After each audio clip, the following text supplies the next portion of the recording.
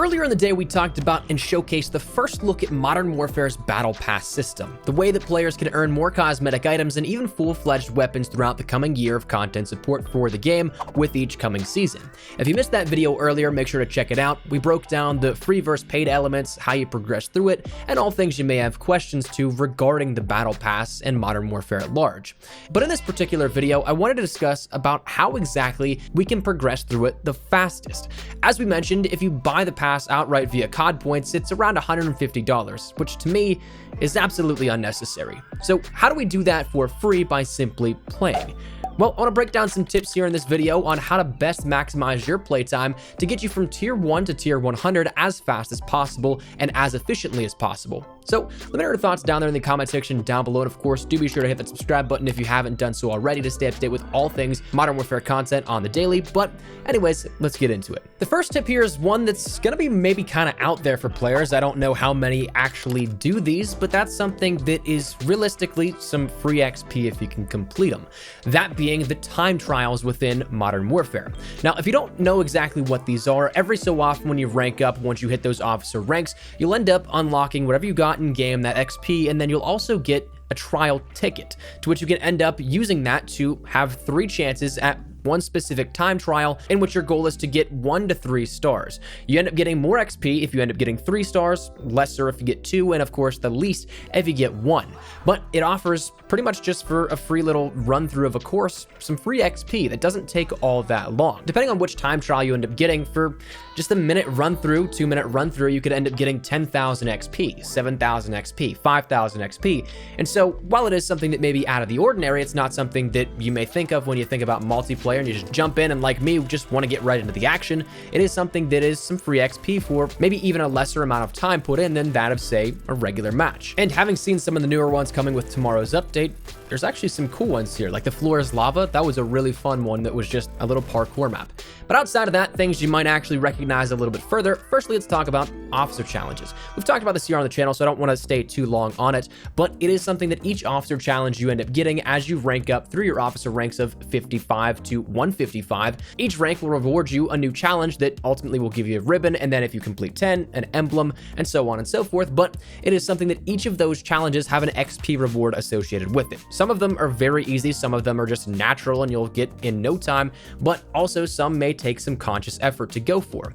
If you end up getting one that's worth 5,000 XP, maybe it's worth giving it a go. Maybe it's worth altering your class to put on a pistol or a rocket launcher or a different perk you may not use. But it is free bonus XP just by slightly altering your playstyle in game, perhaps, that as you play and progress through your ranks, it can just be an extra little added bonus. Next up, again, some stuff that you might not consciously think about, but may more so than that of time trials, is that of mission challenges. Now, this was introduced within this Season 0 or preseason before this upcoming update as of tomorrow, in which we had a lot of stuff in terms of some more so basic weapon variants or blueprints that you could do a specific set of challenges to unlock each of these. Season 1 doesn't remove any of these, but it adds instead more on top of that list that you already have, so just compounding on it.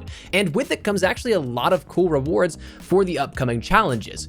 But the nice part is that every single one of those steps, every single subsidiary challenge to end up ultimately going towards that goal of whatever new weapon variant or blueprint you want, whatever operator outfit you want to get, you end up getting an XP bonus for each of those. A lot of them do have some stuff that may be a little bit convoluted, a little bit complicated, but for the most part, there's probably about 50% of those that are very easy to obtain. And so therefore, just simply by progressing towards that one end goal of a weapon blueprint you want, you also start to progress further throughout that battle pass with the extra added XP that you end up getting. Might seem like kind of a common theme here, but it's 2 birds with 1 stone, essentially. I'm still definitely going to go for some of those brand new weapon blueprints within the mission challenges, so may as well get some extra XP to help progress that battle pass also.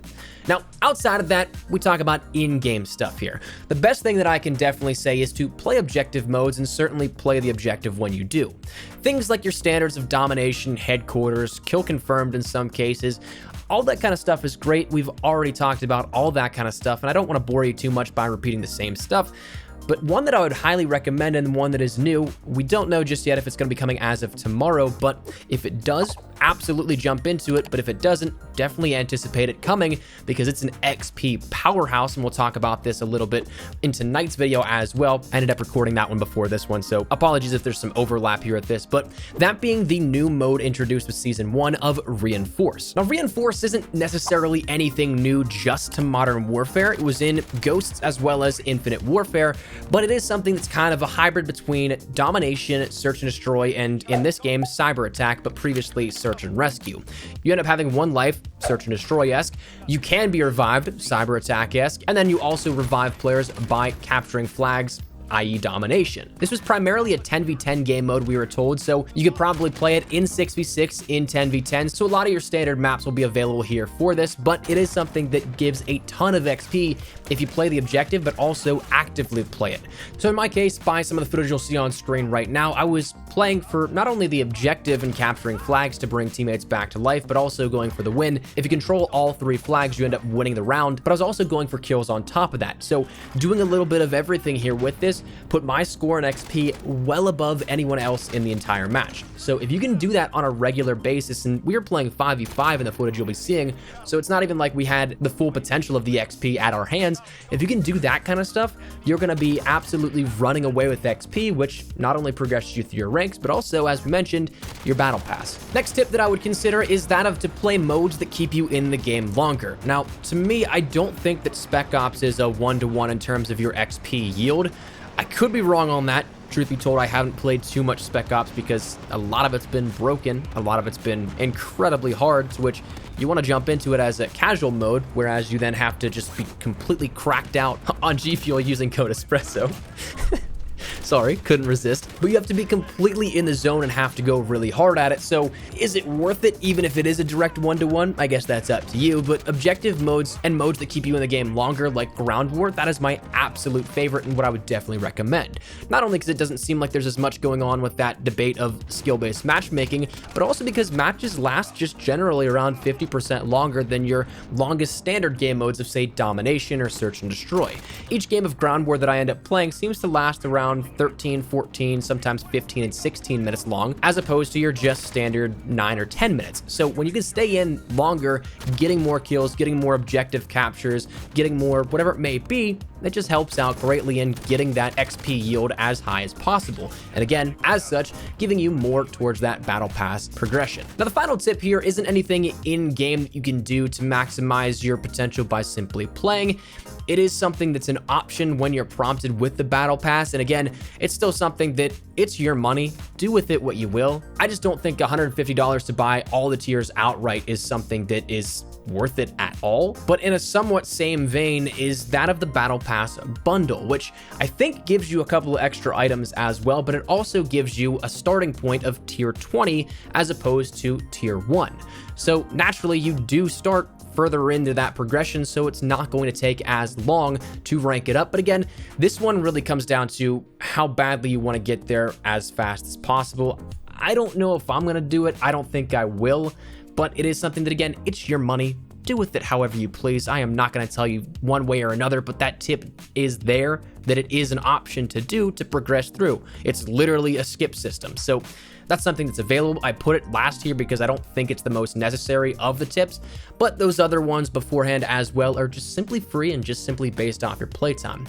But all things considered, though, that's the tips here and what I would definitely recommend in trying to get from point A to point B, that being tier 1 to 100, as fast and as efficiently as possible. But it's something that you have to consider, though, that this will still take quite a bit of time. It will not happen overnight. You won't get the update tomorrow and then jump in, play until Wednesday and be like, all right, I'm done. I'm got everything that I needed to. I'm completely done with this season's battle pass. It's not going to be the case. While it is something that is based upon, from what I'm told, XP, and not specifically just time played, Joe Seacott mentioned that it has about an average of 100 hours for 100 tiers. So if that's the case, well, that's still 100 hours of in-game playtime that you'll need to set aside to complete this from tier 1 to 100, which is still over 4 days of playtime. So it's not something for the faint of heart particularly, but it is something that over the course of what I would imagine is 2 months, as the time of recording this, we don't have a set end date for season 1. While I'm sure there are still dedicated players out there that will put days and days into the game each week, whenever you break it down, it's about an hour and a half of in-game playtime if it is something that lasts about 2 months. So that, of course, is realistic. It is something that can happen, but it's not going to happen overnight. So just bear that in mind. Take these tips into account to help you do this better, to do it a little faster, a little bit more efficiently. But all in all, that's where we're going to wrap it up. So let me know your thoughts down there in the comment section down below. Is there anything in particular that you guys are looking forward to here out of this battle pass system? Or are you guys looking forward to taking advantage of some of these tips? Whatever it may be, feel free to let me know your thoughts down there in the comment section down below on whatever it may be. But hopefully you enjoyed the video. If you did, make sure you drop a like down below. And of course, if you are new to the channel, make sure you guys subscribe so you don't miss a single thing regarding all things Modern Warfare here on the daily. And of course, as we round into season 1 and all the content coming up, we have a ton of stuff planned. So stick it right here on the channel. If you guys also want to follow me over on Twitter and Instagram, those are the best places to get connected outside of YouTube. Probably live on both those. If you guys want to strike up a conversation, ask me a question, whatever it may be, that link is down there in the description below. But let's send out of the way. Thank you guys all so much for watching. My name is Espresso. I'll see you guys later. Take care and peace.